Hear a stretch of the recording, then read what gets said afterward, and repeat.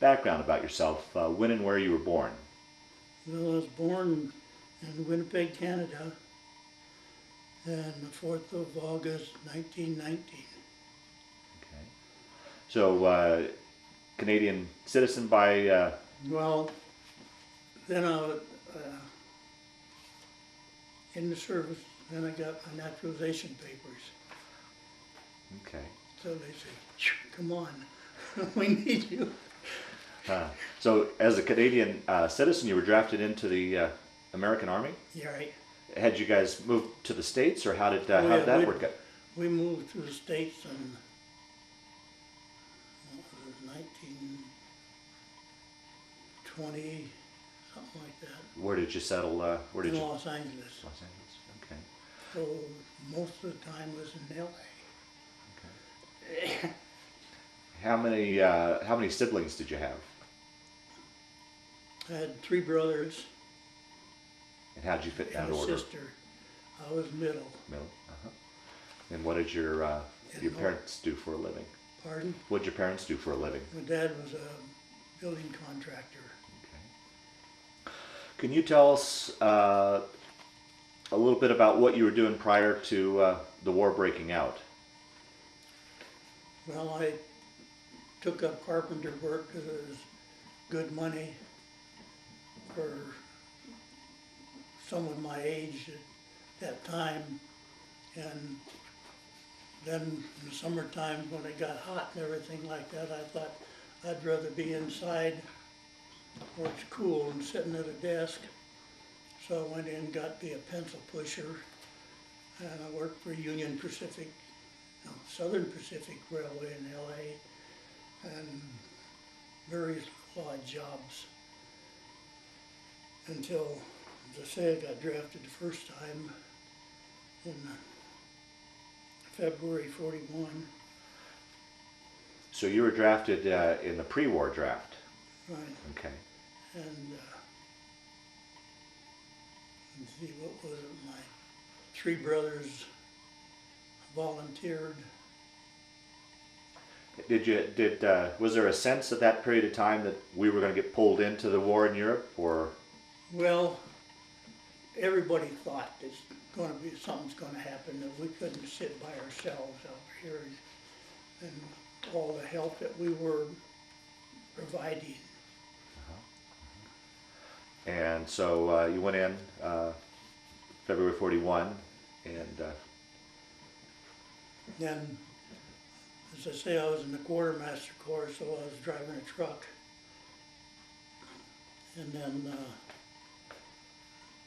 in May '41, I got a certificate of disability discharge. And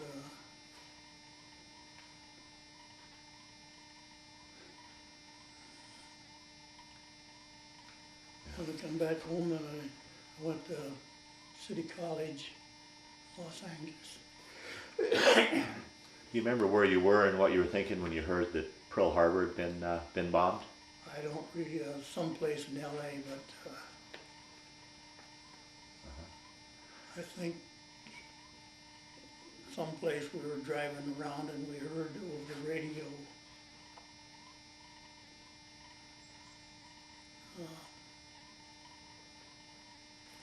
saying that we are going to got bombed at Pearl Harbor.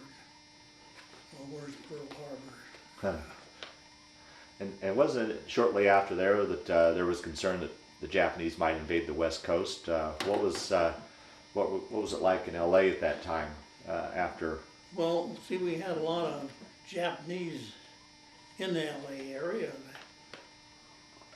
The fact is, over along the coast, they had farms that they grew flowers, and most all those were for sale and stuff like that, but they provided for the Rose Parade. And then you said so that following year in 42, you were drafted again, correct? Right. And this one had kind of a little funny hitch. I was going with this girl Jean Packard, and her uncle, her favorite uncle, was a commander at the induction base. So we happened to have a date that night, and I said, I won't be able to get a permit or pass out. She says, yes, you will. Someone got in there, going through paperwork and that, and issuing your clothes, and I said, I want to go see the colonel. Nope, you can't. I said, you mean I'm being refused? So finally, the sergeant and the lieutenant finally said, okay, what you want to do? And I said, I'm going over and get a pass. Yeah. So I went in there. How you do, Bob?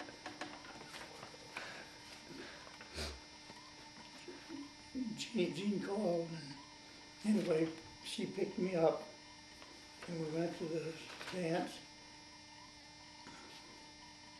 and Tommy Dorsey was the band, and she sang with them. Is that right?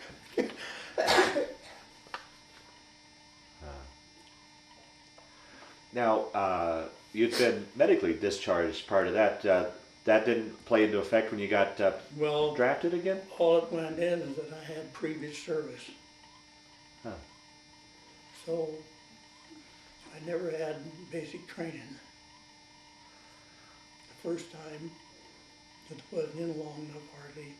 And the second time, when they had their basic training, I had previous service, so they said, we'll let you drive a truck and go over to the warehouses and bring up supplies and for the kitchens and the supply rooms and stuff like that. So that was my training. Well, the one medical training I did have, I learned how to put a spiral reverse bandage on a leg. Huh. So right away they put you into the, you were put into the medical division? Well, when I was drafted, when I left the induction station, they said you're going to go up to the 104th Division in the medical department. You'd be in the 329 medic. Well, was there any reason for that? Was there your background of any sort, or how did you get? The only thing I can say is they asked me if I could put a Band-Aid on. I said, yeah, I know how to put a Band-Aid on, so then you're a medic. Huh. And when we left the induction station with supposedly previous service, there's two other guys, a retired Marine and a Navy man that couldn't hardly walk. He had shot up so bad.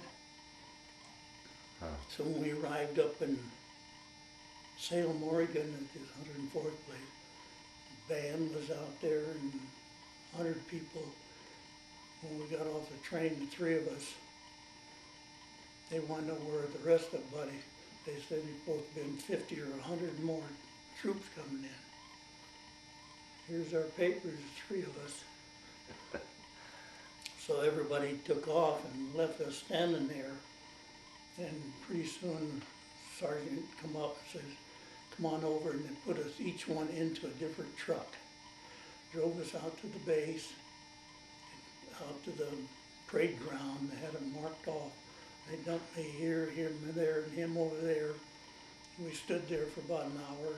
Pretty soon another truck come in for each one of us, picked us up, and took us to our, one was going to the artillery, one was going to the engineers, and I was going to medics.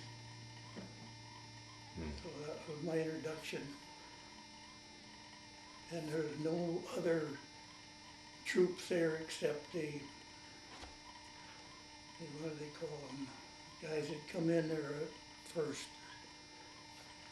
get the cadre.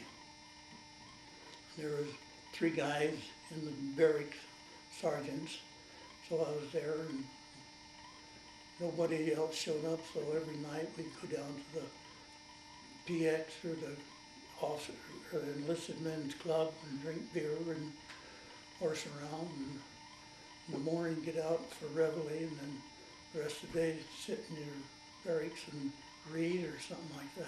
Was that a new division, the 104th? Is that why Yeah, just- So you're one of the first people in that division then, huh?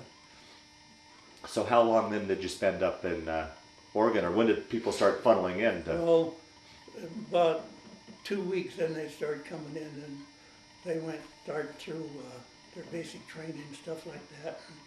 And we was there in camp, I don't know, 6 months or something like that, getting our training in, and in the meantime, the general wanted a scout program initiated. Spies, more or less. Yeah. And every unit had to send a representative. Well, they picked me from the medics. So we had to do everything on the compass work. It'd give you a compass. It'd give you a reading 38 degrees a mile. So you just took off. When you got there, there was another one, reading and distance, and so you was there for 3 days. And one place you'd be going, say, had a half a mile, but you go a quarter of a mile, then you have another reading, you can go off and find food and water. So you're out there for 3 days doing this? Huh. And then another one, we went down to the river and was full field pack. We had to make called a carousel, I think. Something in a boat, how your shelter half. Put everything in it, rifle and everything, across the river. They had enemy troops stationed around in vehicles. You had to draw a map, come back to the river, put full field pack back on your back, cross the river, which was about 6 foot deep. So when I got there, I had my map and I rolled it up in some leaves of a tree, put it in my mouth, picked me up a rock about this big, and walked in the river. When the water got up here, I just held my breath and Wow. and it was, I think there was 24 started this course. When they brought the map in, I was the third one. Huh. Then we had radio training, had to learn the Morse code and how to tap into radios. And Once again, any idea why you were chosen for? I guess because of my previous service. Huh. Anyway, we went out on maneuvers in eastern Oregon. Then we went down to Southern California and Arizona for maneuvers, getting training, because by then, when I was up in Oregon, we were supposed to go to Europe or something like that. When we got down into Arizona and that there, then we was going to go to Africa for desert. So by that time, it went over, and then we was transferred back to Camp Carson, Colorado, and I was moved then from, I was up at division headquarters while I was a scout in G2. as intelligent. And then I was transferred over to the 413 medics when we hit Colorado Springs. And I was there through the whole shebang, and we got back and got discharged. So, from Arizona, you guys went over to Africa? No. No, at the meantime, the Germans surrendered over there, or whatever it was, and it was over with, and then everything moved into Europe. Okay. So, from that point then, where did you go? Well, at Camp Carson, then they decided they're gonna ship us to Europe. So we was the first unit to land directly in France. So, And did you? it was a couple days after D-Day. We didn't land on Omaha or those beaches. We landed at Cherbourg Okay. because that was a harbor and they had docks and everything. Had that been secured yet, or were you We secured it? and then that's where Rommel,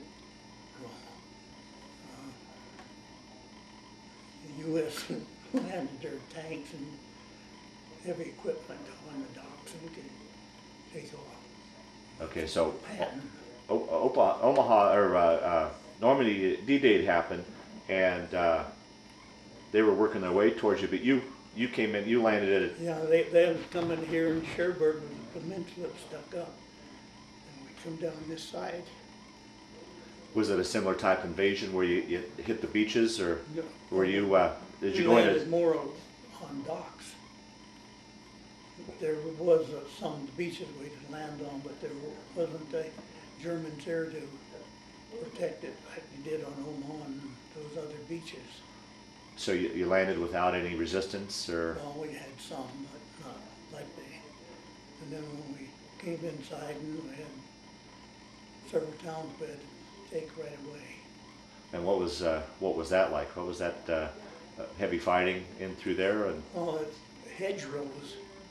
yeah, can you explain to the camera or to us what the hedgerows were? And Well, there were fields, and on the boundaries of the fields, they had trees and bushes and, yeah, trees and bushes and stuff like that, and the Germans were generally dug in onto them. So we'd come down the road and they'd be between two rows of trees and bushes and stuff like that, and then they could be firing at us, so we'd have to take them. yeah. And at this point, were you in a scouting position, or were you back into a medic type I of? was back to the medics then. Yeah. And did you take quite a few casualties, or how was? Well, we didn't have too much right in that area, but when we got up closer inland, there was more heavier fighting, and airplanes could attack and stuff like that. Yeah. You said you hadn't had much training before that, but did you get additional training? Did you You just picked it up as As you you went. uh, At first, I was a litter bearer. In other words, the aid man would fix them up, and we'd come out to litter and pick them up and haul them to the aid station. And then at times, of course, we had to take care of the wounded too, and then still carry them back. I had read that the medics were one of the most decorated soldiers in the war. Was it true that supposedly in the rules of war that you weren't supposed to shoot at medics? Did the Germans still? Did they go by that rule, or? Some of them did. But a lot of our medics painted on their helmet red. He was a target. Is that right? So you guys, so you were working your way east to link up with the other forces, or how? Well, yeah, we all joined in. We went from France there on up to Holland. Were you able to go via Paris, or did you have to go around Paris? No, we went straight up. I guess some was over toward Paris way, but mainly we went up through Belgium and Holland, and then we had how do you say it?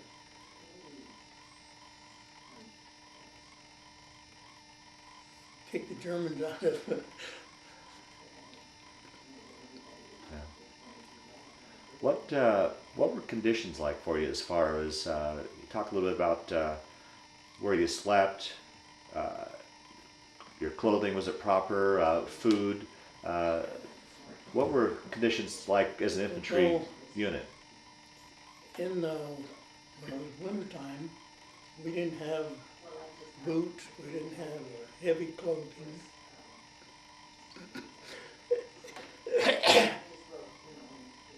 We had leggings and just regular shoes. Well, they're issue, what do you want to call them, 6-inch shoes that just come up to your ankles. Did you find yourself we put- treating a lot of frostbite and trench foot and such? Not so, because we'd pick up clothing from the locals. In other words, if we could, and if the evening came and we was in a town, we'd rot out a house and then stay there. And then later on, when I got to be an aid man, that was, you had, I think, 12 to 15 soldiers that you took care of. And we'd pull into the town. Of course, I always had to stay in the back. Because, like you said, if something happened, they want. Call you up. And we'd go to these little towns and start in every house, you'd have to go through it and see if nobody's there, and generally you'd find somebody and you'd ask them if there's any German soldiers, and to know they've left, and so it was a lot easier to rope them through a house. Yeah. We'd run in, kick the door in if it wasn't, if it was locked, and run through the house and clear and then go to the next house. And Yeah. What can you talk a little bit about the food and what yeah, I had C&K rations. and what were they like? Well, see, the C ration, you had a can of stew or beans in it, and a can that had crackers or bread or something in it. And the K ration, you generally had 2 cans in it of solid food, plus your, that's, and each one of them you had a pack of cigarettes, a pack. It was a little folder of, I think it was 4 cigarettes. Well, that's where most of us started smoking. Do you felt like you always had enough to eat? Oh, I could go through the house and open the cabinets up, and there's a can of something, I'd take it and we'd take that, and that would be some food too. And one time, after a week, the kitchen came up and brought us hot Thanksgiving. And went through the line and was sitting eating, and then the Germans started attacking. So kitchen, everything, their vehicles they pulled off. So another guy and I, we grabbed one of the kettles with food and passed it around. Were you able to rotate off the front line and come back for R&R, or did you fight all? Once it started, never did leave it. How was it? How were you able to keep going with that without that rest or that to get off away from that? I mean, you weren't living in the best of conditions. Food wasn't so good. I don't imagine you showered all that often, and just the stress of war. How did you keep going, do you think?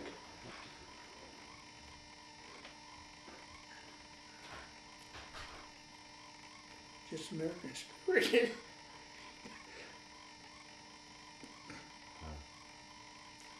You had to. Yeah. We're trying to think of the next question here, what I was going to ask. Could you describe what it's like and how you felt in the heat of battle for us that remotely have no idea what it's like? I mean, what's that like to come under fire and be in a dangerous situation like that? Well, generally, being a medic, you stayed back on the front line. But you had a lot of artillery and shells flying around too. But when you was out there and you got hit,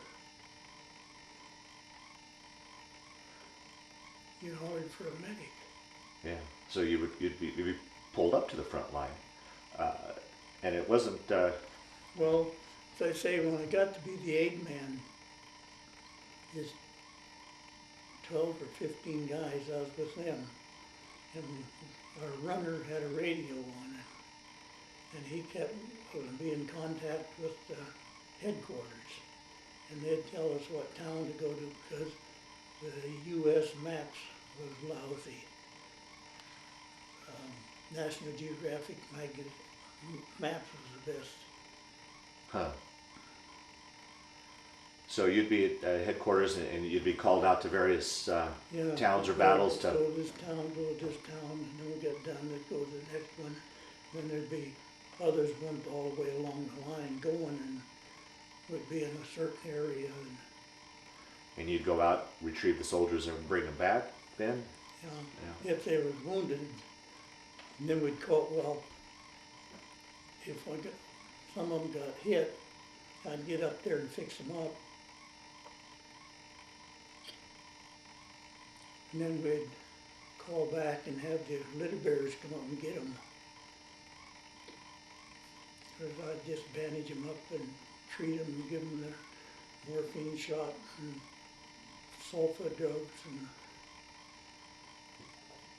wasn't that kind of hard because you'd have to concentrate really on the soldier and really couldn't Right. keep an eye out what's happening there, trying to juggle both things, trying to protect yourself but concentrate Yeah. on the soldier himself.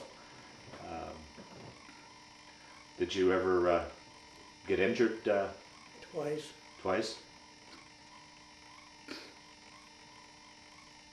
Can you talk about those experiences? Let me see.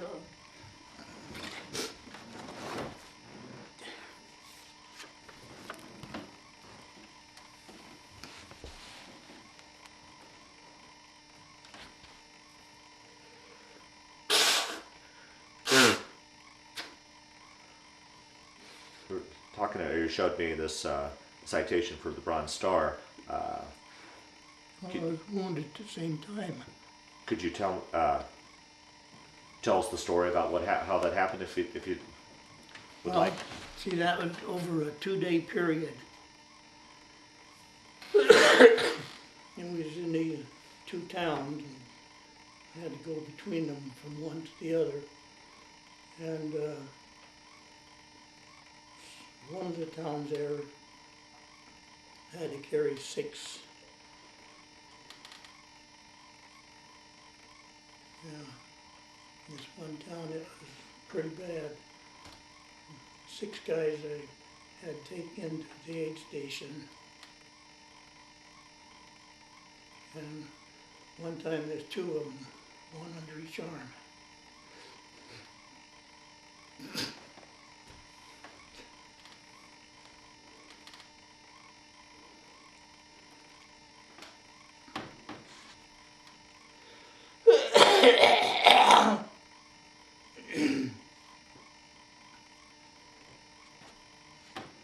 But just the way it was. Were you, as a medic, you didn't carry, did you carry a sidearm or any, Can't. can't, right? So were you under, did you have an escort, armored escort at all, or was just? Well, one guy, Bart, he was protection salesman in Chicago before the war.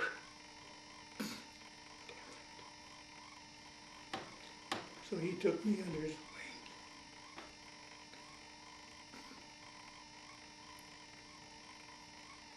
What's the matter?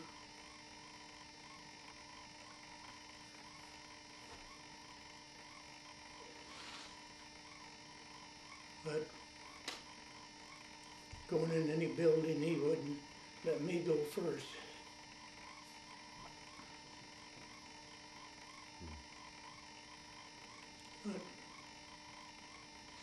But if they go, I can go.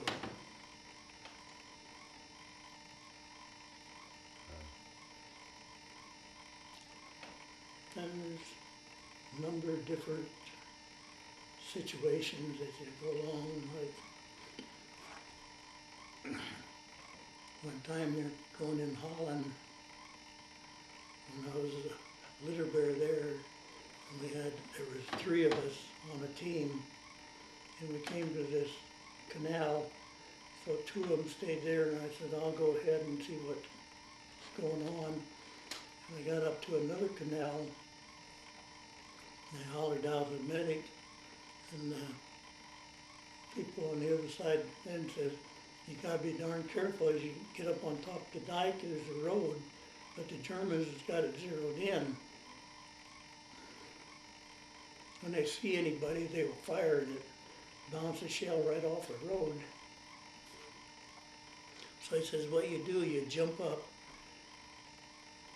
and then fall down, and when the shell hits, then you count to 3 and run before the next shell comes.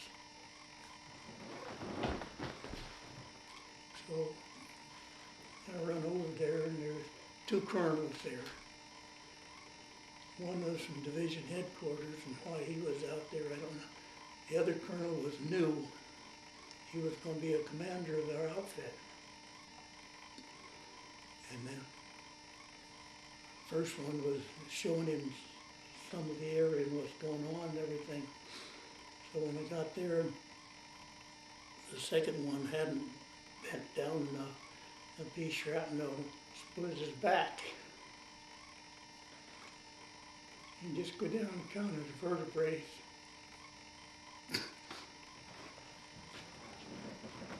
So I give him this shot of morphine and put sulfur powder in the wound, and everybody carried one Band-Aid on him.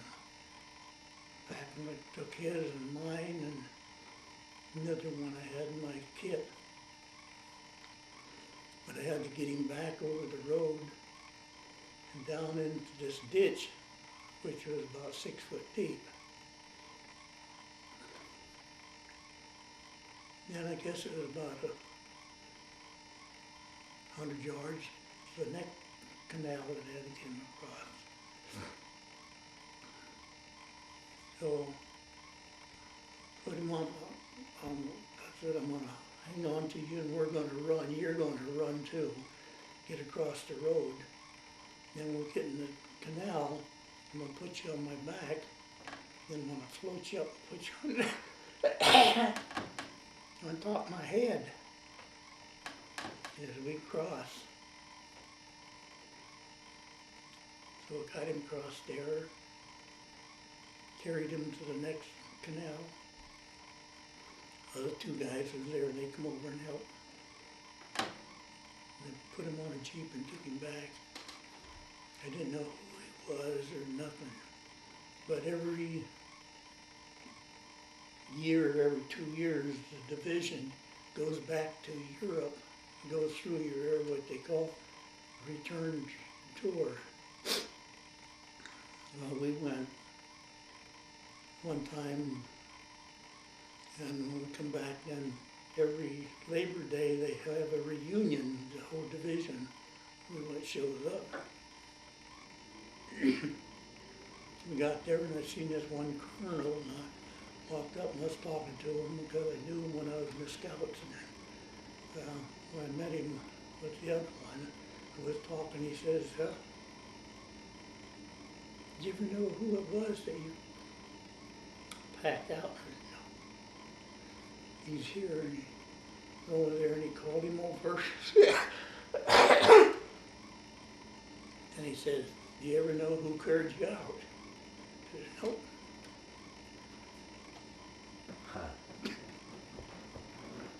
Court there, and he had been on this tour with this return trip. Of course, we didn't talk about the different things anyway. What was his reaction when he met you? Oh boy, if I knew it was you, I wouldn't have let you do it, you know, all that stuff.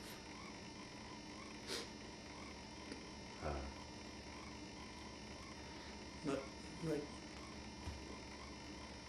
Edmonds with us, when we was talking to the guy and what was on the trip and everything, and there was 3 single so-called persons on the, in other words, didn't have a mate or somebody with them, and he was one of them. And they was always late when we was going to go someplace, and there's out looking for souvenirs or different type of wine or something that was going through Germany and all that kind of stuff, and he was one.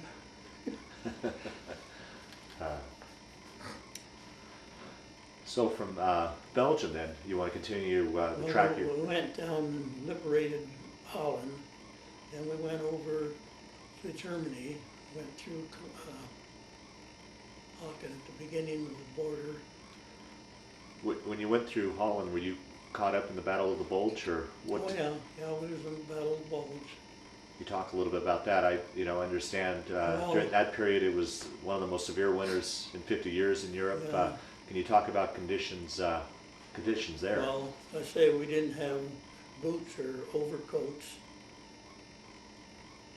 Had a light jacket. How did you manage to survive through those conditions? You slept outside? Just go into a house and find some clothing there that fit you and wear that. What about the worry of the fact that you were surrounded by Germans? Well, there's Americans on all sides of us as we all went in. And we was on the north flank of where they came through. And they had this new vehicle, kind of like a boat that was supposed to float in the water, and then propeller in the back and all that. I forget what they called it.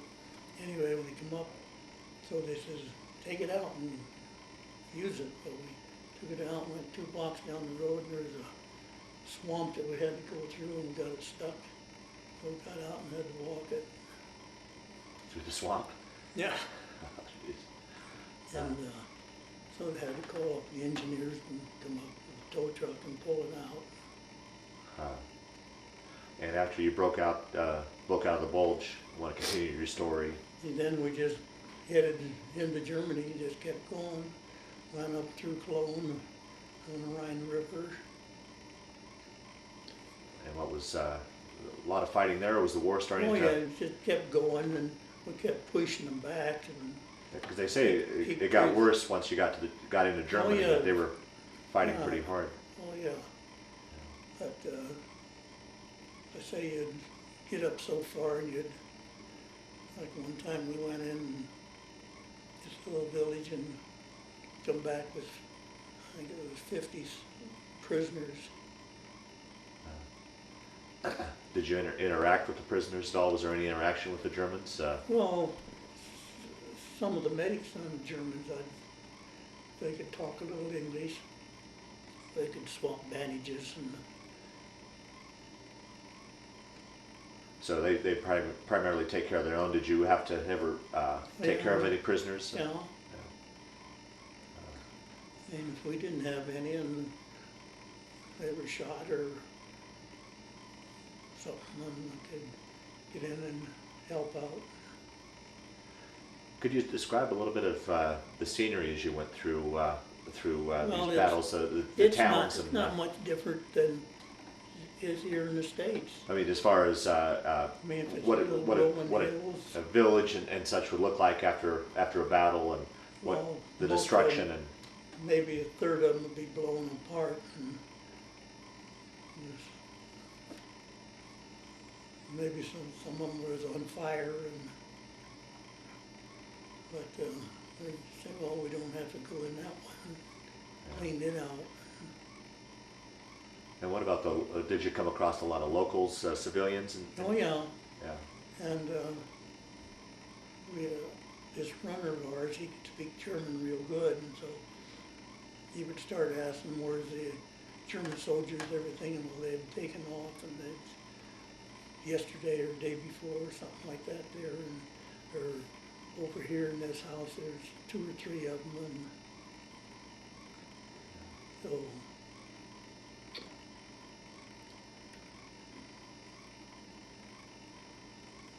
you would find a decent house or something like that, like something here where you could watch, see everything, you just lay it on the floor.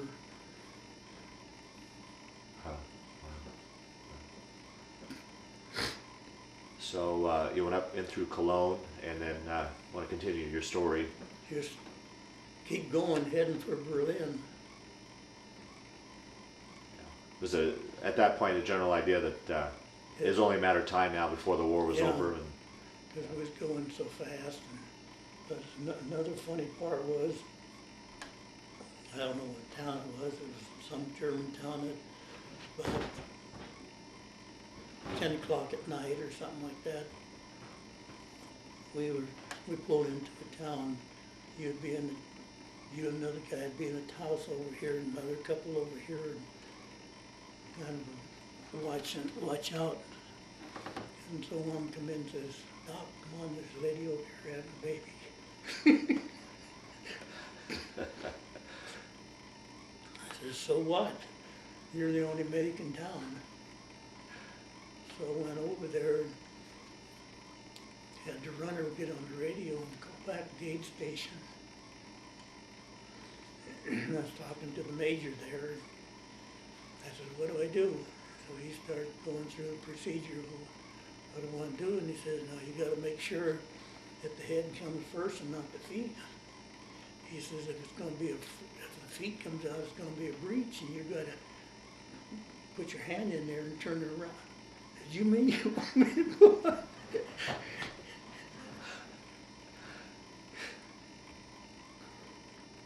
So it come out all right. so you delivered your first baby, huh?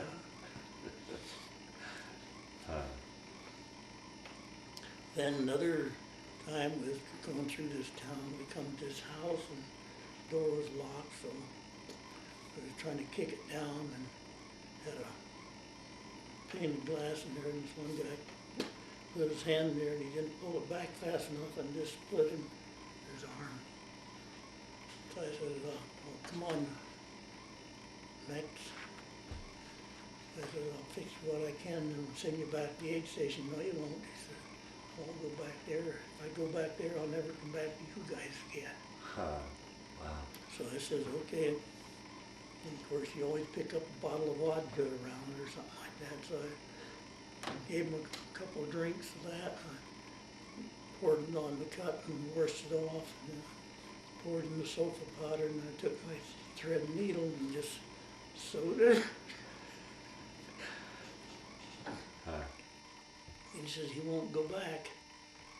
He's going to stay with us, and he did right through the end. Well, be darned. And then after we got back so far, he went over to the aid station. And they fixed it up a little bit better. But that's the training you get. On the job, huh? Do you remember where you were when you'd heard word that the Germans had surrendered? It was up near the Elbe River, and that's where the Americans went across and met the Germans. Well, we were sitting on the river, and we'd been across 2 or 3 times and been sitting on a curb drinking vodka with Russians. Really? So you had interaction with the Russians then, yeah? What was that like? What were they like? Well, they could, there's only 1 or 2 of them that we talked to that could speak a little bit of English, and we couldn't speak any Russian, but, Yeah. and the town people would put up signs, welcome American, welcome Russia. Huh, wow. What did you have, what was the sense of, Well, whatever cigarettes we would have, we'd give them, and I was carrying them little packs of C&K ration in my coat pocket, so I figured give them to somebody someplace along the line. huh, wow, And they're the ones that had the vodka. yeah. Was it a sense of relief knowing that, okay, the war is over and I made it? What was your feelings? Well, then we figured we'd come back several miles to a little town, and we sat there for, I don't know, a week, 10 days, something like that. And they come and says, okay, they're gonna have trucks come up there and pick us up and take us back to some town where a train was, and then they're gonna take us down into France to Camp Lucky Strike or something like that, and going to ship home. Oh, okay. So how long were you there in Europe then after they surrendered before you finally shipped back? Maybe a month or 6 weeks. Just hanging around down in the lower part of France at this camp. I'd forgotten to ask, and we can talk about it both ways, but what was the crossing like in both directions for you? Going over, we had one of the largest convoys. You had, I don't know, 3 or 4 troop ships, destroyers, a couple aircraft carriers, battleships, subs. Wow. Where did you embark from in the States?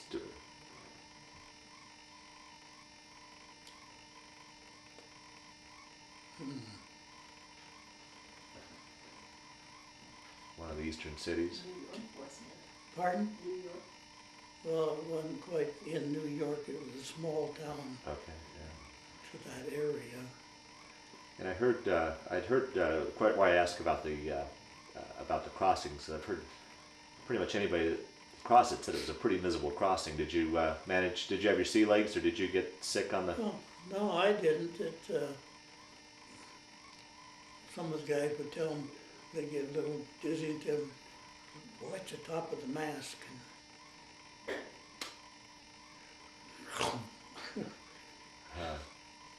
But I volunteered to be on KP because they had food. And you had a bunk to sleep in. That was another thing I heard too, that these ships were just crowded with. Yeah, Just, you had hammocks. And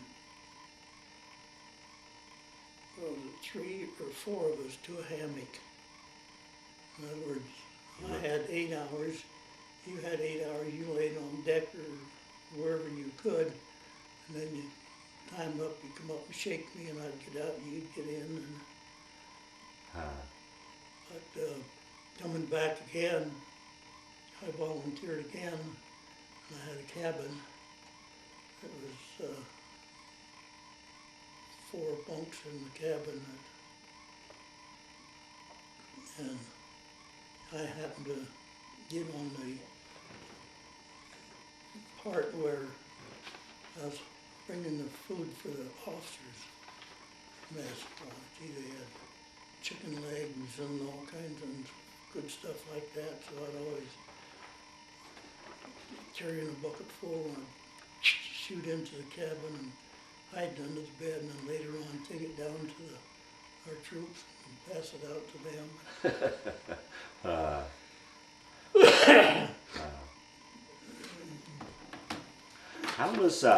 How was communications as far as getting word back and forth from home? Did you get? Well, they had mail service quite often, but maybe every third day they'd get some mail in and pass it around, and she was writing me more letters, and I had never met her. Is that right? How did you link up? How would? I wrote to my sister and said, if you know anybody that would send mail, and my sister knew some girl that she knew. So, Ed says I write to other people, so I might as well write to him. So that went on. And she lived in Loveland. She was born and raised in Loveland. And of course I was from LA. When we come back, I went to LA and I went to UCLA. And they had a, what do you want to call it, employment office, kind of like. And so I went in and got a job up at Yellowstone as a bellhop in one of the hotels. Well, it just so happened on the 4th of July, her girlfriend and husband were going to go up to Yellowstone, so they asked her to go too. She says, oh good, I know somebody up there. I'll be done. So you can imagine coming up on 4th of July, no reservations. And they thought they could go in the hotel and get something. When I found out they was coming, I don't know if I ought to tell this part. Well, it's fine. It's your tape, but tell what you'd like, or You kind of in cahoots with them when a good, lively-looking customer would come in. The guy behind the desk would let you know. So I went up to him and told him I need a room for 3. And let's see, here's one. Scratch their name off and write our name in. So when you would go up there, no, we don't have no reservation for you.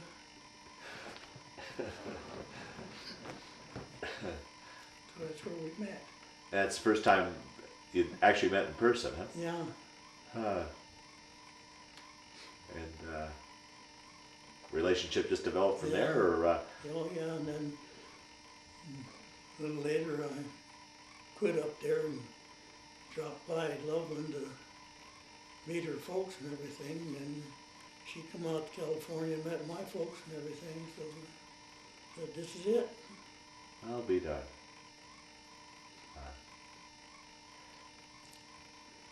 How much after you got back to the States, were you discharged right away, or how much longer?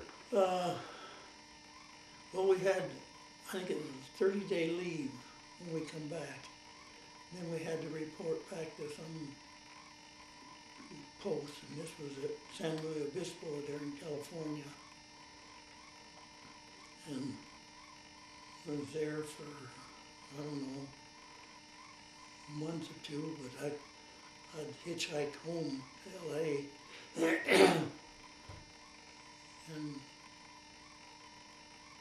I had enough points picked up that I was one of the first ones on the list. Oh yeah, and then I'll give a good one. At first, over overseas before we really got going too far. The Red Cross and women came up, and donuts and coffee, 50 cents. They charged you. You charge. Huh. And you could have two, but you'd pay $1. Huh. So with San Luis Obispo, I think it was, like this was Wednesday, Friday or something, I was gonna go through the process of discharge. Well, I got word from LA that my brother was killed.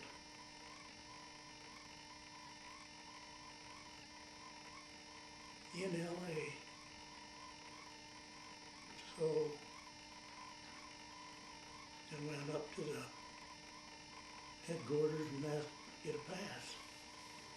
And they said, go see the Red Cross. They turned me down. Huh. Why? Any... He said, we get this stuff all the time. You got somebody down there and horse. And I said, I'm gonna be discharged in 2 days. Well, I'm gonna get discharged and then go down. So I said, to you, Charlie. I walked out, went at the barracks, got what I needed and walked out. Went out the gate. And I guess it was a chaplain there.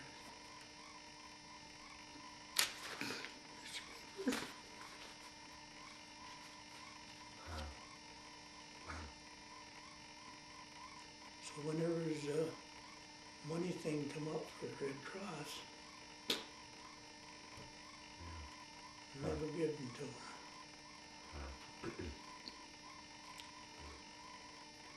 Did you ever talk to your folks after the war? Did they ever talk about how they coped with you overseas, not really knowing where you were and Well, how you were doing? We had a code going. To bypass the censoring? Censored, yeah. Uh-huh. It's a long time they'd come back and be Yeah. pieces cut out and marked out. Yeah. But as I say, we had a certain code to tell where we were at and how we were refined. Of course, you could write that. But You remember any certain code words you used? no, No. it wasn't the first letter of the word. It'd probably be the last word of the letter of the word. And then they'd have to pick out and make a word up. Huh. But, like I say, my three brothers also were in. One was up in the Aleutians. The oldest brother, he was an engineer here. He was up on the Alaskan Highway surveying it. Then he went over to the South Pacific. The young brother was in the Coast Guards.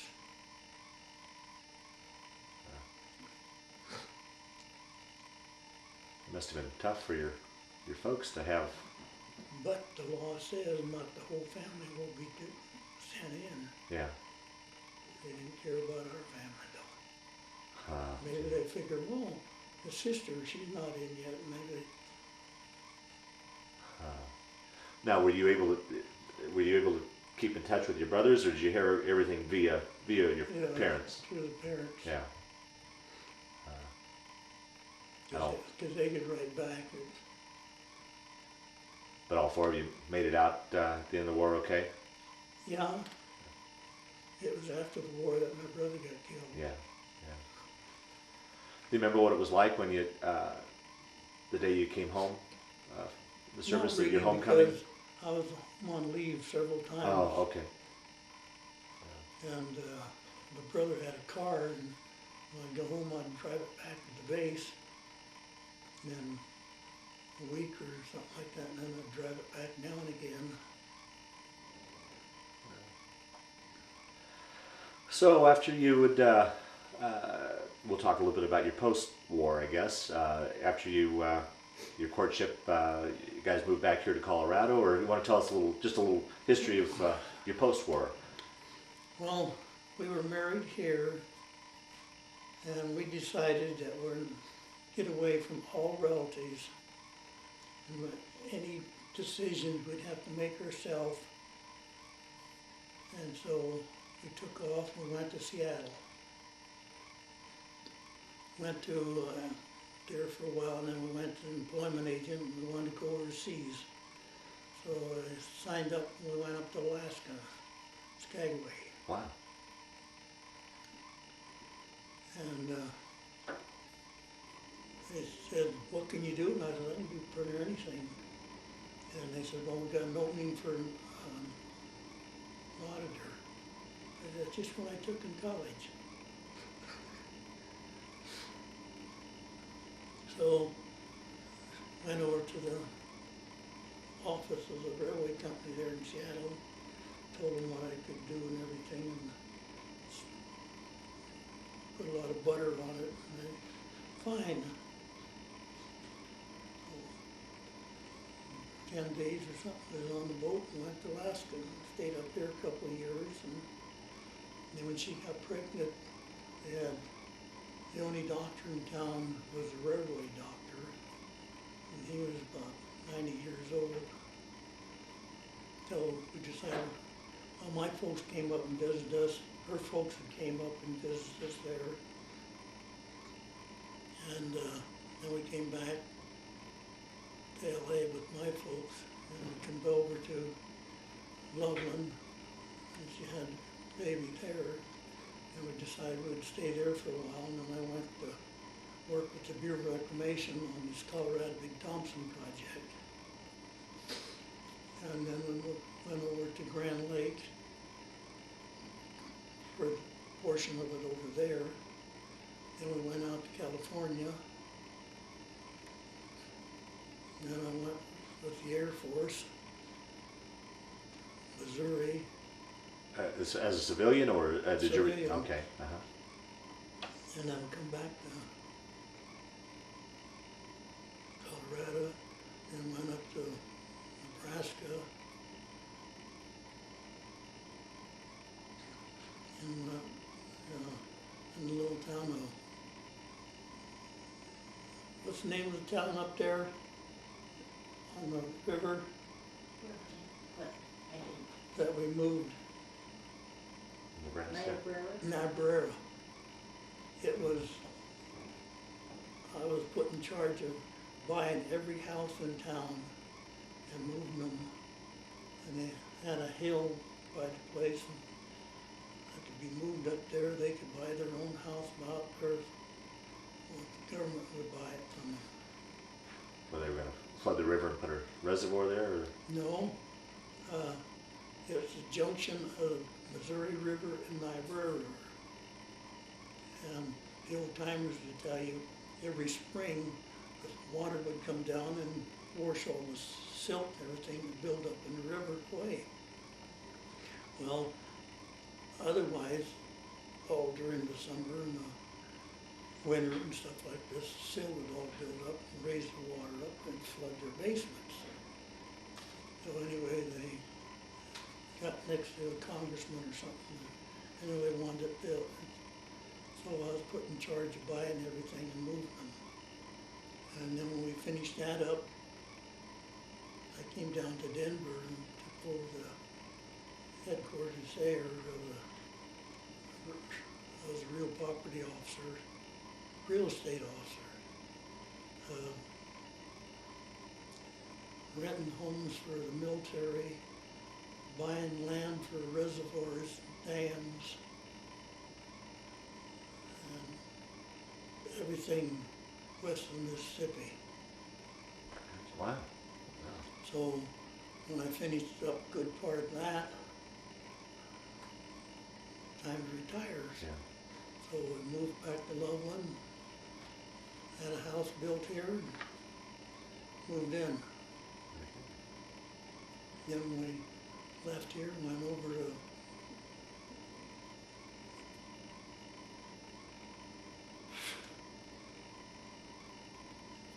what's that town over, Delta. Okay. On the western slope. Delta. Then we come back here, we've been here about 2 years. Well, we'll start to wind down this interview. I guess one question I've got is, how do you feel the war affected or played a role in your life, your war experience? I don't think it had too much, because I figure what's going to happen is when he was going into service, Mother says, don't worry.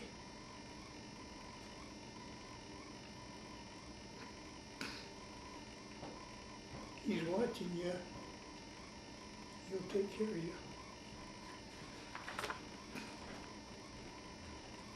So I said, good. Hi. Can I say something? Yeah, please, if there's anything that, this was my next question, was, is there anything that I didn't ask or any stories left out that you wanted to talk about? Well, your last question, how did that affect? Here so we can get you on the tape, or just so I can hear this. Well, I think that the way that it affected Bob actually was it made him a stronger, more capable person. He had so many experiences, and when he came back, he wasn't a kid anymore. He was a man, and that was, you know, and he acted like a man, and he was ready to do all kinds of things to, you know, to support his family. So I think that helped him in that respect. Was there, as you were listening to this interview, was there any stories that he's told that you can remember that we left out that we didn't talk about that?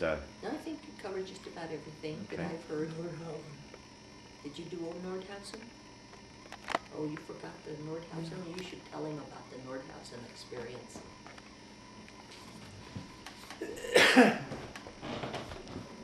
Well, our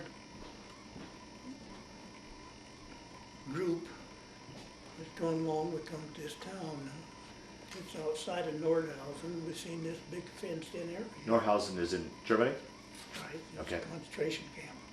Oh, okay, yes.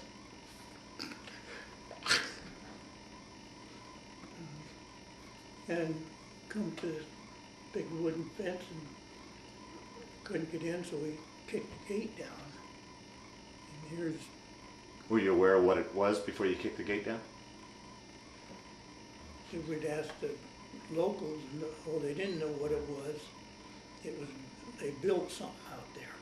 So this building the V1 and the V2 bombs. And we got there, bodies were laid in piles. Because they were using slave labor, right, to, Yeah. yeah. And they didn't have time to burn them yet. So, and there's a tunnel, and that's where they was building them inside the tunnel, the bombs. And when the people, they just worked them to death, and they just haul them down and the so-called furnace and supposedly burn them. Well, we called back to headquarters to send up more medics and the MPs and everything to protect the place. So we took off. We got to this town on the other end where the tunnel come through the mountain. This town there, and they had a big, I don't really know what it was, cornered like a hospital or a sanitarium. So we was walking in, we had 3 TDs, they're small tank destroyers with us. And coming down the street, and they was along with us, and here come 2 soldiers, Germans. So we stopped them, and it was a doctor and an aide, and it's going to a local family that something was wrong. So our lieutenant in charge of the told me to go with them and see if everything turns out right. So I took off with them and went to his house and they checked his person open and everything, and I gave him a little sulfa powder to put on the wounds or whatever they had or something like that, and we come back. And they said they're going down there to his sanitarium. So we try to question them what it all is and everything, and they had prisoners there too and wounded and everything, so they tell me to go too. And go in there and get the head guy and have him surrender the place and throw a blanket out the window. And if they don't do it within an hour, I guess it was, they're going to tell the tanks to open up and fire. I said, what about me? He says, you got to watch. You, after a certain time, you better get out of there.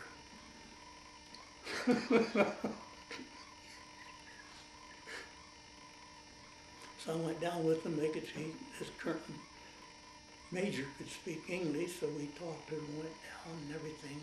He says there's Americans wounded in there, there's Russians, there's Germans, and there's civilians, and French, and everything like that. So I said, well, take me to the colonel in charge. So I went in there and I told him that he had to surrender this place and surrender it to me right now because he only had half hour, and this major was talking like crazy to him, telling him Panzers. Well, I knew that was tanks. And so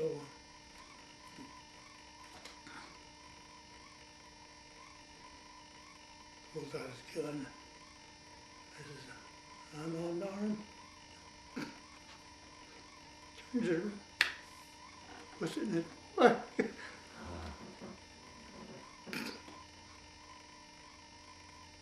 I says, once you put word around it, all your arms and ammunition, take them down and pile them in the patio and out and back.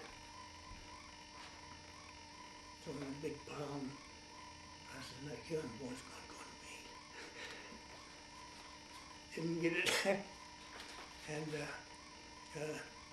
armored outfit, a recon outfit come through, and we told them, don't go up there, it's the hills are just lined up with 88s, they'll just blow you to tar.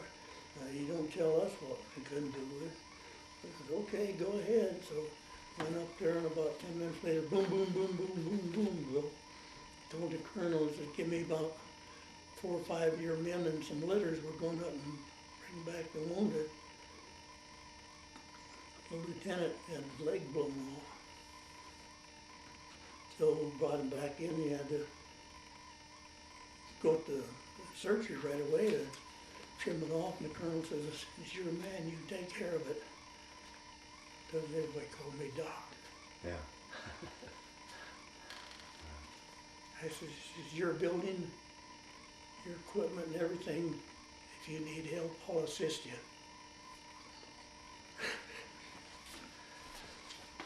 So they didn't, he said, we only got one bottle of blood left for transplant. I said, I'll send back and get some. Send her runner back, and he come back in about 15 minutes. There's some colonel from the rear echelon came up, and he's in charge, and he says it'd be damned if he would give any blood or anything to the enemy. So, in the meantime, the lieutenant died. I told the colonel, I says, just get in blood, cut me in. He says, they don't do things like that. I says, yeah, we do it in the States all the time.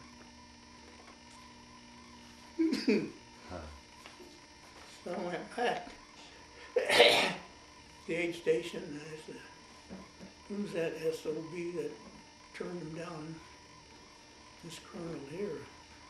I went up and I just read him out up and down.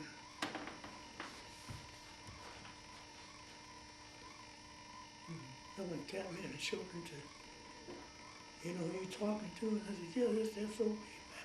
Pat. turned around to the general.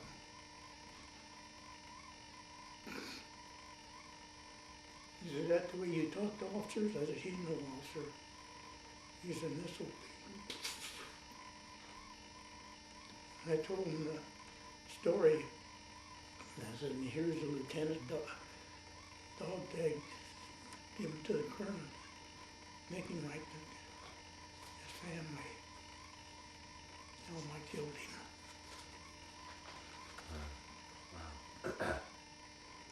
So the colonel, he started yakking. The general told him, "Shut up." He said, "Captain," he said, "No, I'm not a captain." He said, "Yes, you are. I just broke you."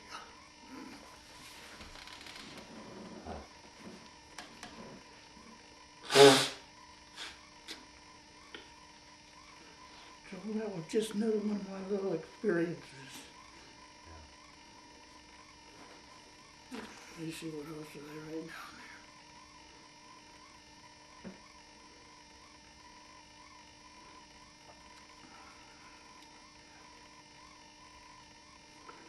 there. No, before I went in,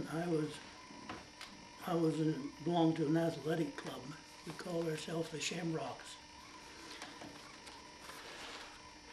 You had to have 2 letters in high school or college to be this, and this was in Los Angeles area.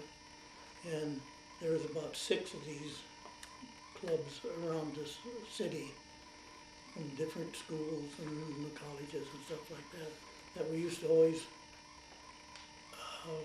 have contests, ball games and stuff like that, and then we'd let one of the outfits have a dance. They'd hire a big name band, go rent a big thing, and everybody would go to this thing, and that was your money raising for your club for the year. And who was it? One of the big name bands got turned down because they didn't think they were good enough. And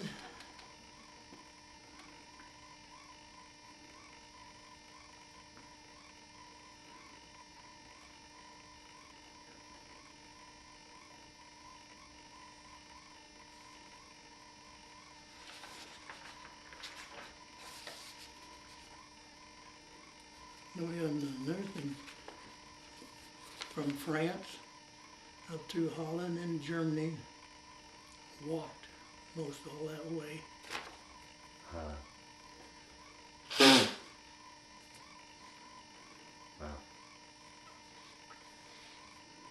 And one, and when I was at Camp Carson, they was giving us a lecture on landmines, and I had some out, and they had detonator. Some said, "Oh, they're phony, you know, they wouldn't give us a live one like that." So I put it down the ground, I kicked it with my foot, it went off, blew my shoe off, my pants off. So I didn't have to go on no more hikes. All I had to do was complain my foot hurt. France was going to go up to Holland. We put on a 3-hour artillery barrage to make room for us to go on up, pushing the Germans back. And he was talking about about eating and et cetera on the way. Every day I shaved in cold water. Ow. And another one of my little training thing in the States, whenever we was out on maneuvers, like in Eastern Oregon and California and Arizona and that there, I was a dentist assistant. I pumped the wheel for the dentist to use if he wanted to grind teeth or clean or anything like that. So on your resume, you were a dentist, you were a doctor. Wow.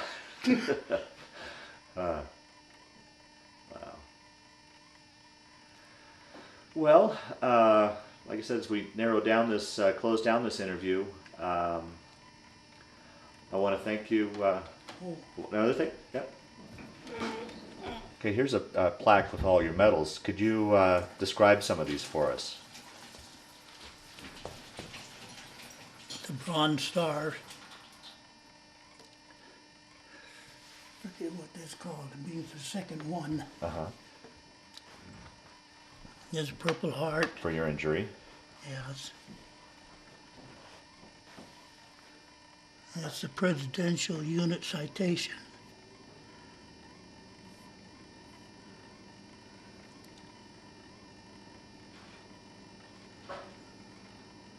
I can't even read them.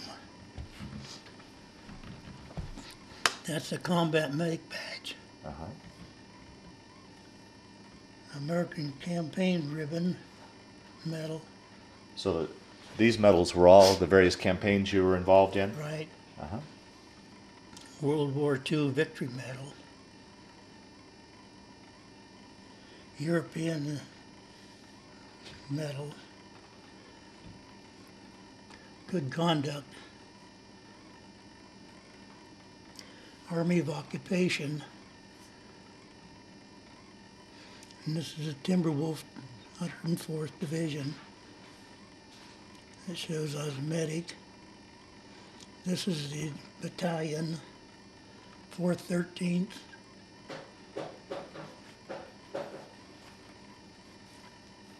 This is the, boy,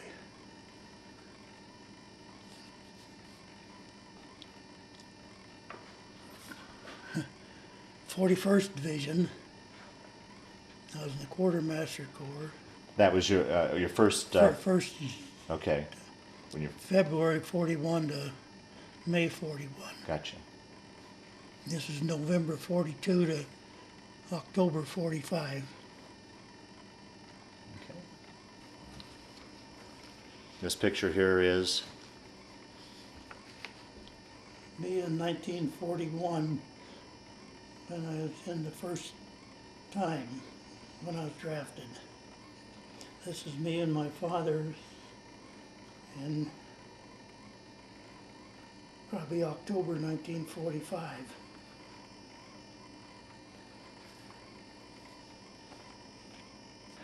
Well, Mr. Korth, I want to thank you for your participation in this project, and more importantly, I want to thank you for your service to our country.